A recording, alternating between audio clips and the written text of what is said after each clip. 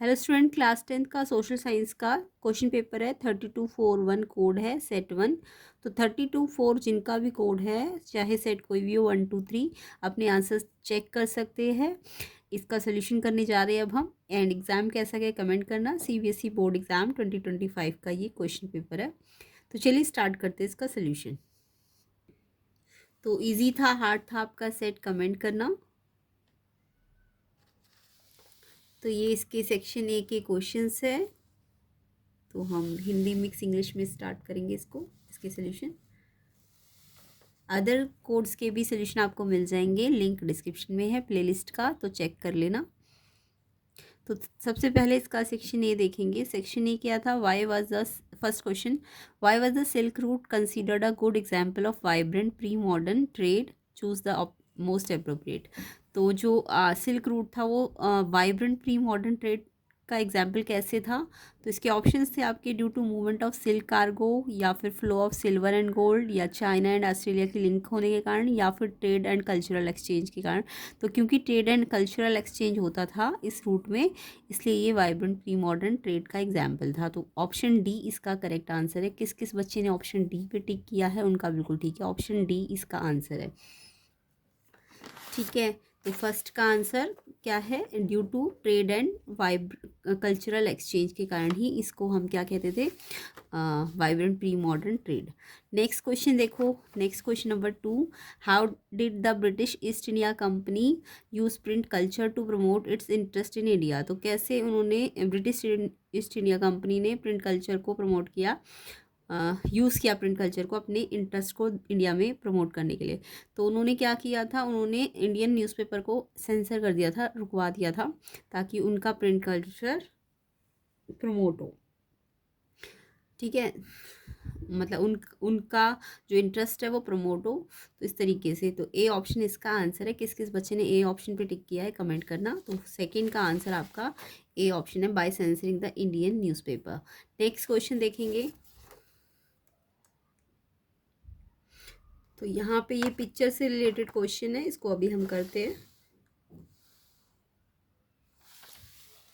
तो देखिए, third question में आपको बोला है, look at the given picture, identify the name of painter of this painting. ये पेंटिंग का पेंटर का नाम पूछा गया आपसे।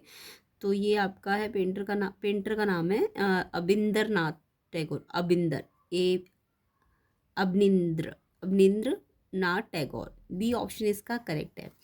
तो क्वेश्चन थर्ड का आंसर बी किस किसने टिक किया है कमेंट करेंगे। एंड वीडियो को ज़्यादा से ज़्यादा शेयर कर देना, लाइक कर देना। इसका कंप्लीट सोल्यूशन मिलेगा आपको नेक्स्ट पार्ट में। नेक्स्ट क्वेश्चन नंबर 4 देखेंगे। Arrange the following events in the chronological order. Chronological मतलब पहले सबसे पहले गया हुआ, फिर उसके बाद लास्ट में सबसे बाद में। तो द ट्रीटी ऑफ वियना हुई पहले, की बिगिनिंग ऑफ नेपोलियनिक वार हुआ, कि proclamation of the Prussian king William one as German emperor, या फिर Victor Emmanuel second as the king of Italy. तो इसकी आपको इन सब की अगर डेट्स याद है तो आप आसानी से इसका क्रोनोलॉजिकल ऑर्डर लगा सकते हो। तो देखो, सबसे पहले अगर हम ट्रीटी ऑफ वियना की बात करें तो ये आपका हुआ था 1864 में। एंड जो सेकंड वाला है, नेपोलियनिक वार की शुरुआत कब हुई थी? तो ये आपकी हुई थी 1803 में। और फिर नेक्स्ट है जो भी प्रशियन किंग विलियम वन है वो 1871, और लास्ट वाला जो है एमेनुअल वो 1861 में हुआ था। तो अब आप खुद देख लो कौन सा पहले हुआ है क्रोनोलॉजिकल, मतलब पहले सबसे पहले क्या हुआ 1803 में, ये बिगिनिंग ऑफ वॉर, ये सेकंड वाला सबसे पहले हुआ है। फिर आपका इसके बाद हुआ है ये फोर्थ वाला एमएनएल वाला 1861, पहले ये आएगा फिर ये आएगा, फिर उसके बाद ये वाला ट्रीटी, एंड लास्ट में ये। यानी कि सबसे पहले आपका ये हुआ है नेपोलियनिक वार की शुरुआत, उसके बाद आपका इमैनुअल वाला है फोर्थ, सेकंड फोर्थ, फिर फर्स्ट आएगा, और लास्ट में थर्ड है, लास्ट में है ना थर्ड वाला। हाँ, तो ये डेट्स आपको याद रखनी है। सेकंड फोर्थ किस में? इसमें है ना, और किसी में तो है नहीं। तो बी ऑप्शन इसका सही है। ऑप्शन बी किस किस बच्चे ने टिक किया है उनका बिल्कुल ठीक आंसर है। तो option B second fourth first third, B option fourth का आंसर है। नेक्स्ट क्वेश्चन देखिए, a researcher is examine a soil type which is formed by the weathering of volcanic rock and rich in minerals. Which one of the following soils of is it? एक researcher है जो एक soil type को examine कर रहा है, वो किससे बनी है? वॉल्केनिक रॉक के वेदरिंग से बनी है। तो ये तो यहीं से पता चल गया हमको वॉल्केनिक रॉक्स के वेदरिंग से कौन सी सॉइल बनती है? ये है ब्लैक सॉइल। सी ऑप्शन इसका आंसर है। ये तो सबका ही ठीक होना चाहिए। तो कमेंट करना किसका सेट हार्ड था और किसका इजी था, और एग्ज़ाम कैसा गया। ऑप्शन सी इसका आंसर है। क्वेश्चन 6 देखेंगे।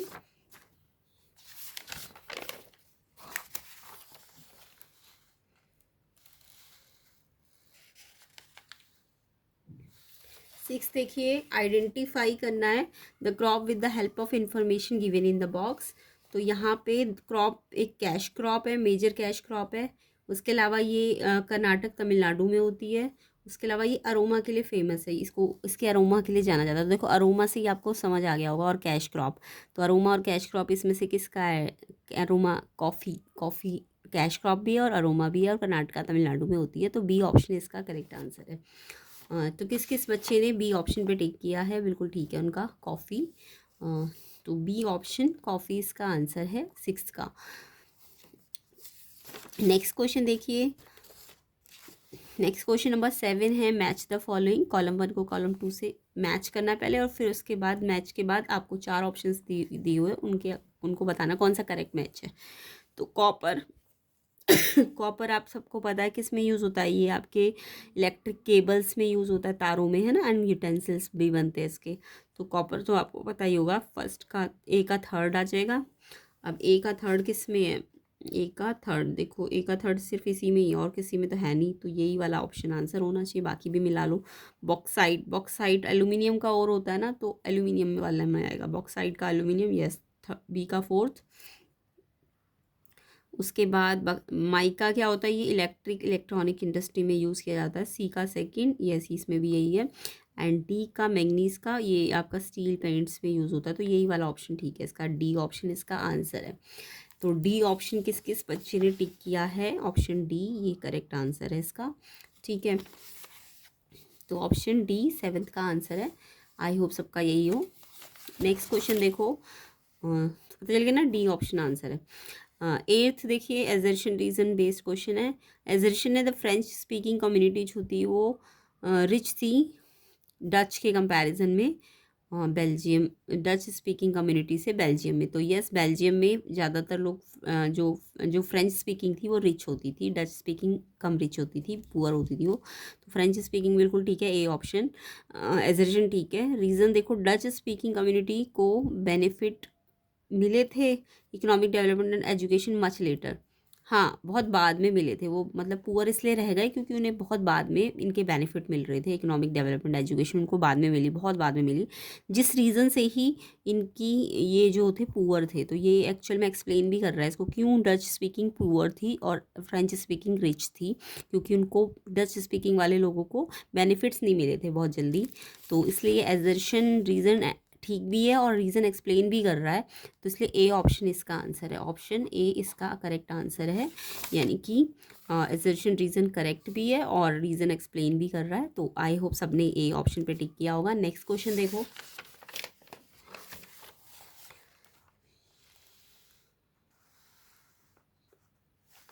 नेक्स्ट क्वेश्चन नंबर 9 देखेंगे। How does the Indian federal structure promote balance governance across the nation. तो जो फेडरल स्ट्रक्चर है इंडियन, वो कैसे बैलेंस करता है गवर्नेंस को? तो ये इसने जो फेडरल स्ट्रक्चर है ना, इसमें क्या होता है, डिवीज़न ऑफ पावर है, सेंटर और स्टेट को दी गई है, जिससे सेंटर और स्टेट में बैलेंस बना रहता है गवर्नेंस में। तो इस रीज़न से तो बी ऑप्शन इसका करेक्ट आंसर है। ऑप्शन बी जो मैं बता रही हूँ वही आंसर है। जो इस क्वेश्चन पेपर में ठीक है वो सारे सही नहीं है, जस्ट जो मैं बताऊंगी फाइनल वही होगा। B by insuring a division of power between centre and state, इस रीज़न से बैलेंस होती है गवर्नेंस। तो क्वेश्चन 9 का आंसर आपको समझ आ गया ना, बी ऑप्शन आंसर है इसका। नेक्स्ट क्वेश्चन पे आते हैं, क्वेश्चन नंबर 10 पे। विच of the following is an example of horizontal power sharing in Indian democracy. Indian democracy में हॉरिजॉन्टल पावर शेयरिंग का एग्जाम्पल पूछा है। तो देखो हॉरिजॉन्टल पावर शेयरिंग भी होती है और वर्टिकल पावर शेयरिंग भी होती है। तो हॉरिजॉन्टल पावर शेयरिंग में जो डेमोक्रेसी है ना, वो 3 पार्ट्स में डिवाइड है, लेजिस्लेटिव, एग्जीक्यूटिव एंड जुडिशरी। तो ये आपका हॉरिजॉन्टल पावर पूछा है ना, तो इसलिए 3 पार्ट्स है, legislative, executive and judiciary. D option इसका करेक्ट आंसर है। बाकी अगर मैं रूरल और अर्बन गवर्नमेंट की बात करूँ तो ये तो सोशल पावर शेयरिंग के अकॉर्डिंग क्लासिफिकेशन होगा, और सेंट्रल स्टेट वाला vertical, central state local government जो होती है वो वर्टिकल अब पावर शेयरिंग होती है। तो ये वर्टिकल है, ये सोशल है। बाकी आपको तो हॉरिजॉन्टल पूछा था, तो legislative, executive, judiciary, D option इसका करेक्ट आंसर है। तो किस किस बच्चे ने ऑप्शन डी पे टिक किया है क्वेश्चन नंबर 10 पे, उनका बिल्कुल ठीक है। नेक्स्ट क्वेश्चन देखो। ऐसे ही वीडियो को शेयर कर देना, ज़्यादा से ज़्यादा 1000 लाइक जल्दी जल्दी कर देना, ताकि आपको अदर कोर्स एंड इसके जो पार्ट है बचा हुआ उसका भी सोल्यूशन मिल जाएगा। एंड अदर जो दूसरा एग्ज़ाम है मैथ्स का, उसकी भी आप प्रिपरेशन कर सकते हो, प्लेलिस्ट बना हुआ है। तो प्लेलिस्ट में PYQs कंसेप्ट बहुत अच्छी तरीके से समझाया गया है। आप 4 to 5 क्वेश्चन पेपर अच्छी तरह कर लेंगे तो आपको सारे कंसेप्ट समझ आ जाएंगे। तो मैथ्स की प्रिपरेशन भी कर सकते हैं आप प्लेलिस्ट से। एंड अदर क्वेश्चन पेपर के अगर आपको आंसर्स चेक करने हैं तो भी आप चैनल से कर सकते हैं, तो इसलिए चैनल को सब्सक्राइब ज़रूर कर लेना। तो क्वेश्चन 11 देखिए, which one of the following pairs is correctly match. तो इसमें से कौन सा पेयर है जो करेक्ट मैच है, यानी कि इसमें आपको सारे पेयर करेक्ट मैच नहीं दिए हुए, कौन सा पेयर है जो करेक्ट मैच है। तो राष्ट्रीय जनता दल उत्तर प्रदेश ये गलत है, जनता दल बिहार ये भी गलत है, राष्ट्रीय लोकदल असम ये भी नहीं है, बीजू जनता दल ओडिशा ये बिल्कुल ठीक करेक्ट मैच है, बीजू जनता दल ओडिशा का है, डी ऑप्शन इसका करेक्ट है। तो डी ऑप्शन 11 का आंसर है, ये करेक्ट मैच है।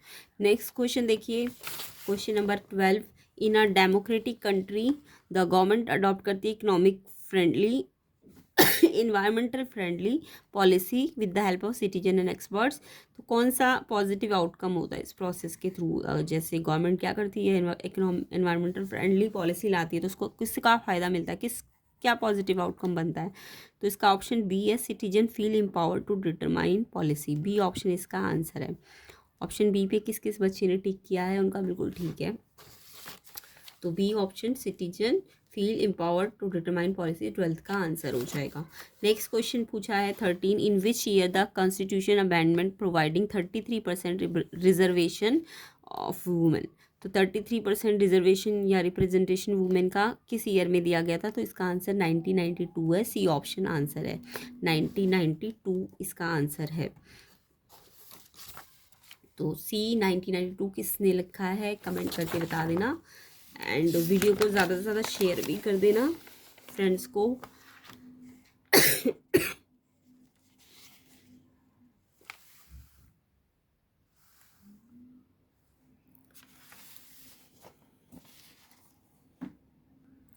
क्वेश्चन 14 देखिए, यहाँ पे ये टेबल बना हुआ है, इसमें आपको कंट्री दी है ABCDEF, और इसके अलावा आपको इसका ग्रॉस नेशनल इनकम दी हुई है पर कैपिटा सारी कंट्रीज़ की, लाइफ एक्सपेक्टेंसी बर्थ भी दिया हुआ है, और आपको स्कूलिंग भी दी हुई है, और HDI ह्यूमन डेवलपमेंट जो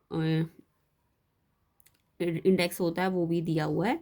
तो इन्होंने पूछा है कि कौन सा कंट्री है जिसका हाई पर कैपिटा इनकम भी हाई है, लाइफ एक्सपेक्टेंसी भी हाई है, और high rank in human development index भी है। तो देखो सबसे पहले तो ये देख लो पर कैपिटा सबसे ज़्यादा किसकी है, ये इसकी है ना, ए वाले की सबसे ज़्यादा है, $12,578 में है ये, यानी इसकी पर कैपिटा भी ज़्यादा है। और अगर लाइफ एक्सपेक्टेंसी की बात करें तो यस इसकी ये भी ज़्यादा है, एंड स्कूलिंग भी इसी की है ना। तो ऑब्वियसली ये अगर इसकी पर कैपिटा ज़्यादा है और एक्सपेक्टेंसी ज़्यादा है तो यस स्कूलिंग भी ज़्यादा ही भेज रहे होंगे लोग। और देखो रैंक भी देखो, रैंक में क्या होता है, जो सबसे कम रैंक हो, मतलब ये रैंक की तो सबसे अच्छी मानी जाएगी, ये तो बहुत नीचे चली गई ना, तो सबसे अच्छी रैंक भी इसी को मिली हुई है। तो यानी कि ये इन्होंने यही पूछा है कि किसका सबसे ज़्यादा है हाई वाला, तो ए ऑप्शन इसका आंसर है। वो तो टेबल से देख के मिल ही रहा है हमको, है ना। तो ए ऑप्शन इसका करेक्ट आंसर, ये तो सभी बच्चों को आ गया होगा। नेक्स्ट क्वेश्चन देखो, the world bank development report prepare हुई है on the basis of which of the following. तो जो वर्ल्ड बैंक की डेवलपमेंट रिपोर्ट है वो किस बेसिस पे बनती है, पर कैपिटा इनकम के बेसिस पे बनती है, ए ऑप्शन इसका आंसर है। तो 14 का भी ए है, ए की सबसे अच्छी रैंक है, है ना, और उसका एक्सपेक्टेशन रेट भी ज़्यादा है। 15 का आंसर ए है, पर कैपिटा इनकम बेसिस पे रिपोर्ट प्रिपेयर्ड होती है। नेक्स्ट देखो, choose the odd one options में से सेक्टर से रिगार्डिंग। तो देखो पायलट, ड्राइवर, गार्डनर, ये सारे सर्विस सेक्टर में आते हैं, टर्शरी सेक्टर में, है ना। उसके अलावा फिशरमैन, टीचर, लॉ, ये भी आपके सर्विस सेक्टर है, टर्शरी सेक्टर सारे के सारे। इंजीनियर, प्रोफेसर, फार्मर, यहाँ पे देखो इंजीनियर और प्रोफेसर टर्शरी में आ रहा है, बट फार्मर आपका ना प्राइमरी सेक्टर का एग्जाम्पल है। तो यहाँ पे ये दो तो टर्शरी है, बट ये आपका क्या हो गया, ये आपका प्राइमरी हो गया, तो ये अलग आ गया ना, तो ये वाला ही ऑड है। यहाँ तो सारे प्रोफेशर्स है, मतलब सर्विस सेक्टर है, डॉक्टर, टीचर, लॉयर, तो ये नहीं है, ये है आंसर। सी ऑप्शन आंसर है इसका। तो ऑप्शन सी ऑड है इसमें, क्योंकि फार्मर आ गया। नेक्स्ट देखिए, नेक्स्ट है correct option. Primary, secondary and tertiary criteria कौन सा लगेगा? ऑर्गेनाइज सेक्टर के लिए तो क्राइटेरिया होता है नेचर ऑफ एम्प्लॉयमेंट एक्टिविटी, तो इसके लिए कौन सा क्राइटेरिया होगा? तो ये तीनों क्या होते हैं, ये आपके प्रोडक्शन एक्टिविटीज़ का नेचर होता है। तो जब आप नेचर ऑफ प्रोडक्शन एक्टिविटी के अकॉर्डिंग बांटते हो, तो प्राइमरी, सेकेंडरी एंड टर्शरी करते हो ना, तो सी ऑप्शन इसका आंसर है। तो 17 का आंसर सी है। नेक्स्ट देखेंगे, देखिए 18, 19, 20, फिर इसके बाद सेक्शन बी है। तो 18, 19, 20 को भी देखते हैं। तो सबसे पहले आपका read the following sources of loan carefully and choose the correct option related to formal sources. Formal sources में क्या क्या आते हैं? फॉर्मल में बैंक होते हैं, गवर्नमेंट होती है, ये दोनों होते हैं। लैंडलॉर्ड, मनी लेंडर, ये फॉर्मल नहीं है, इनफॉर्मल है। तो फॉर्मल पूछा गया आपसे, तो ये दोनों आएंगे, फर्स्ट एंड थर्ड, यानी ए ऑप्शन आपका आंसर है। तो क्वेश्चन 18 का आंसर ए ऑप्शन हो जाएगा। नेक्स्ट देखो 19, the growth of digital technology greatly influence globalisation, which of the following is the main benefit. तो जो डिजिटल टेक्नोलॉजी की ग्रोथ हुई, उससे बहुत ज़्यादा ग्लोबलाइजेशन बढ़ा। तो ग्लोबलाइजेशन बढ़ने का बेनिफिट क्या होगा? तो इंक्रीज कम्युनिकेशन कॉस्ट, नहीं, डिजिटल टेक्नोलॉजी से ये तो मैं सस्ता हो गया ना कम्युनिकेशन, तो इतना ज़्यादा मोबाइल फ़ोन्स आए हैं तो कम्युनिकेशन रेट तो कम ही हुआ है। पहले तो वो बहुत महंगा होता था। लिमिटेड एक्सेस टू इन्फॉर्मेशन, अब तो और अनलिमिटेड हो गई, ये भी गलत है। इन्हांस कनेक्टिविटी, ये सही है कि जितना ज़्यादा डिजिटल टेक्नोलॉजी बढ़ी है, ग्लोबलाइजेशन बढ़ने से। क्यों बढ़ा ग्लोबलाइजेशन? क्योंकि कनेक्टिविटी बढ़ गई है। तो इसका आंसर सी ऑप्शन होना चाहिए। किस किस बच्चे ने सी ऑप्शन पे टिक किया है, कमेंट करना। 19 का आंसर सी, इन्हांस कनेक्टिविटी हो जाएगा। नेक्स्ट क्वेश्चन देखो, नेक्स्ट क्वेश्चन नंबर 20 है, read the following development goals and choose correct option of goals related to a student studying in university. अगर कोई बच्चा यूनिवर्सिटी पढ़ता है तो उसका क्या गोल होता है? कि उसे रिसर्च करने के लिए अपॉर्चुनिटी मिले, उसे हायर एजुकेशन अब्रॉड में जाने का मौका मिले, उसे इंडिपेंडेंस मिले, या फिर उसे गुड एम्प्लॉयमेंट मिले। तो देखो गुड एम्प्लॉयमेंट भी चाहता ही है, जो यूनिवर्सिटी पढ़ना चाहता है तो उसे वो चाहता है कि गुड एम्प्लॉयमेंट मिले। इसके अलावा अब्रॉड स्टडी करने को भी मिल जाए, ये भी हो सकता है, रिसर्च भी मिल जाए। बट ये नहीं हो सकता कि उसे इंडिपेंडेंस मिल जाए इसलिए वो हाई यूनिवर्सिटी पढ़ रहा है। तो ये वाला गलत है आपका, बाकी सही है। 1, 2, 4, 1, 2, 4 ये आपका आंसर होना चाहिए। 1, 2, 1, 2, 4 ये वाला, यानी सी ऑप्शन आपका आंसर होना चाहिए। इंडिपेंडेंस के लिए थोड़ी ना, इंडिपेंडेंस के लिए थोड़ी ना यूनिवर्सिटी पढ़ी जाती है, एम्प्लॉयमेंट के लिए, अब्रॉड पढ़ने के लिए, या रिसर्च के लिए। तो फर्स्ट, सेकेंड और फोर्थ, सी ऑप्शन आंसर है, ये नहीं आंसर, ये सी ऑप्शन इसका आंसर है। तो 20 का आंसर सी ऑप्शन किस किस बच्चे ने टिक किया है, यानी उनका ठीक है, कमेंट करके बताना। एंड सेक्शन बी सी को हम नेक्स्ट पार्ट में कवर कर लेंगे, जिसके लिए आपको वीडियो को ज़्यादा से ज़्यादा शेयर करना है, ज़्यादा से ज़्यादा लाइक करना है। अदर कोर्स के लिए भी आपको सोल्यूशन मिल जाएंगे, प्लेलिस्ट का लिंक डिस्क्रिप्शन में है। तो ये इसके सेक्शन सी के क्वेश्चंस है। Section D,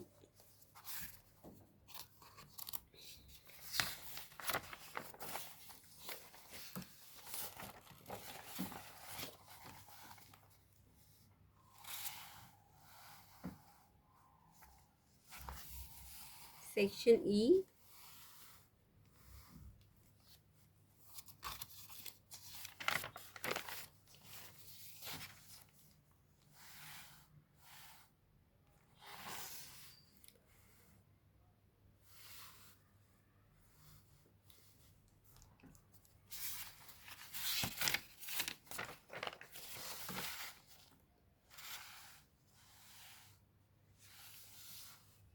section F map based questions थे। तो चैनल को सब्सक्राइब ज़रूर करना एंड वीडियो को शेयर और लाइक ज़रूर करना, और अपनी मैथ्स की प्रिपरेशन कर लेना प्लेलिस्ट सेक्शन से, तो उसका बना हुआ है। आई होप सबका एग्ज़ाम अच्छा गया हो।